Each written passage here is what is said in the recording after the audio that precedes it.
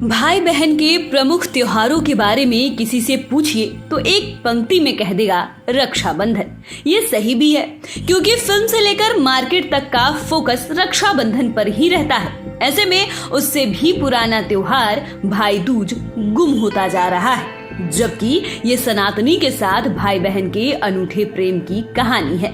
इसमें भी कई मान्यताएं हैं, देवताओं से जुड़े हुए प्रसंग है। ऐसे में आज हम आपको 5 PM के 5 का तड़का में 5 पॉइंट्स में भाई दूज से जुड़े प्रसंगों व मान्यताओं के बारे में बताएंगे और इससे जुड़े किस्से भी सुनाएंगे। हिंदुओं के प्रमुख त्योहार में भाई दूज का भी बहुत महत्व है। इंट्रो में ही हम बता चुके हैं कि ये रक्षाबंधन से काफी पुराना और हिंदू धर्म से जुड़ा हुआ है। ये त्योहार हर साल दिवाली के दूसरे दिन आता है।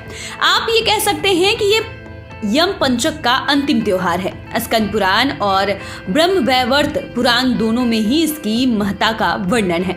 इस दिन प्रत्येक भाई का दायित्व है कि वो विवाहित बहन के घर जाए। वे अपनी बहन के हाथ का पका भोजन ग्रहण कर सामर्थ्य के अनुसार उन्हें यथाशक्ति सोने चांदी के गहने, कपड़े, मिठाई आदि भेंट करे। यदि बहन अविवाहित और छोटी है तो उसकी इच्छा अनुसार उसे भेंट दे। इस मौके पर बहन अपने भाई को तिलक कर उसकी लंबी उम्र के लिए हाथ जोड़कर यमराज से प्रार्थना भी करती है।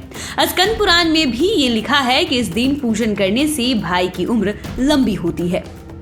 भाई दूज को लोक भाषा में गोवर्धन पूजा भी कहा जाता है। इस दिन बहनें अपने भाई को बजरी कूटकर खिलाती है। खासकर बिहार के मिथिलांचल से लेकर भोजपुरी तक इस परंपरा को काफी संजीदगी से निभाया जाता है।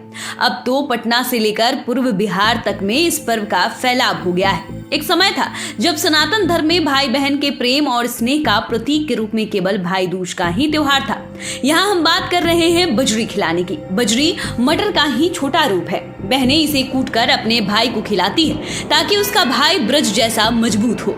मिथिलांचल में बहनें ये भी कहती हैं कि वे गंगा यमुना नहीं अपने भाई को न्योता दे रही है और भगवान उसके भाई को हर कष्ट से बचाए, उसे सांप बाघ से भी बचाए। सांप बाघ के पीछे लोग यही मानते हैं कि शुरुआती दौर में चारों तरफ केवल जंगल था, तब लोगों को सांप बाघ से काफी डर लगता था और ये पर्व की परंपरा चली आ रही है।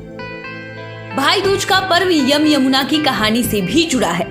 शास्त्रों के अनुसार भगवान सूर्य नारायण और संज्ञा की 2 संतानें, एक पुत्र यमराज और दूसरी पुत्री यमुना थी। मगर एक समय ऐसा आया जब संज्ञा सूर्य का तेज सहन कर पाने में असमर्थ होने के कारण उत्तरी ध्रुव के छाया में बनकर रहने लगी। इसके कारण ताप्ती नदी और शनिदेव का जन्म हुआ। उत्तरी ध्रुव में बसने के बाद संज्ञा यानी कि छाया का यम व यमुना के साथ व्यवहार में अंतर आ गया। इससे व्यथित होकर यम ने अपनी नगरी यमपुरी बसाई। यही यमुना अपने भाई यम को यमपुरी में पापियों को दंड देते देख दुखी होती, इसलिए वो गोलोक में निवास करने लगी। लेकिन यम और यमुना दोनों भाई बहन में बहुत स्नेह था। एक दिन अचानक यमुना को अपने भाई यम की याद आई। कार्तिक शुक्ल पक्ष द्वितीय के दिन यमुना ने अपने भाई यमराज को भोजन के लिए निमंत्रण देकर उन्हें अपने घर आने के लिए वचनबद्ध कर दिया।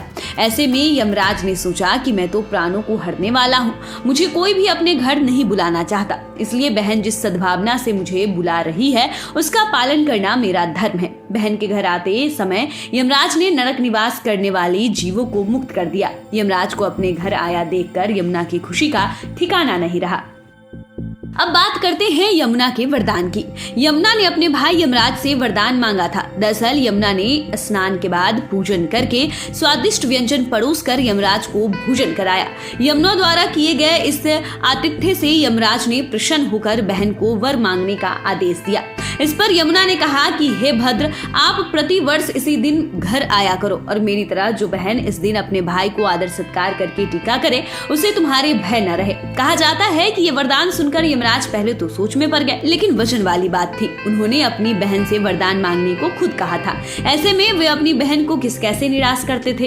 तो यमराज ने तथास्तु कहकर अपनी बहन यमुना को वरदान पूरा होने की बात कही। इतना ही नहीं, यमराज ने बहन यमुना को अमूल्य वस्त्राभूषण आदि भी दिया। इसके बाद वे यमलोक की ओर प्रस्थान कर गए। कहा जाता है कि तभी से इस दिन से ये पर्व मनाने की परंपरा चली आ रही है। इसी कारण ऐसी मान्यता है कि भाई दूज के दिन यमराज तथा यमुना का पूजन भी अवश्य करना चाहिए। भाई दूज को लोग यम द्वितीया के नाम से भी जानते हैं। दरअसल यमराज के जुड़ा ये पर्व है और कार्तिक माह की द्वितीया तिथि को मनाया जाता है, इसलिए भाई दूज के साथ ही इसे यम द्वितीया भी कहा जाने लगा है। वहीं धर्म ग्रंथों के अनुसार कार्तिक शुक्ल द्वितीया के दिन यमुना ने अपने भाई यम को आदर सत्कार स्वरूप वरदान प्राप्त किया था, जिस वजह से इसे यम द्वितीया के नाम से भी जाना जाता है। दरअसल यमराज के वर अनुसार जो व्यक्ति इस दिन यमुना में स्नान करके यम का पूजन करेगा, मृत्यु के पश्चात उसे यमलोक में नहीं जाना पड़ेगा। वहीं सूर्य की पुत्री यमुना समस्त कष्टों का निवारण करने वाली देवी स्वरूपा मानी जाती है। इस कारण यम द्वितीया के दिन यमुना नदी में स्नान करने व यमुना यमराज की पूजा करने का विशेष महत्व है। इस दिन बहन अपने भाई को तिलक कर लंबी उम्र के लिए हाथ जोड़कर यमराज से प्रार्थना भी करती है। पुराणों के अनुसार इस दिन की गई पूजा से यमराज प्रसन्न होकर मनोवांछित फल प्रदान करते हैं। तो फिलहाल के लिए इतना ही। अगर आपने अभी तक चैनल को सब्सक्राइब नहीं किया है तो सब्सक्राइब कर ले। फेसबुक पेज को लाइक करना ना भूले। वीडियो देखने के लिए आपका धन्यवाद।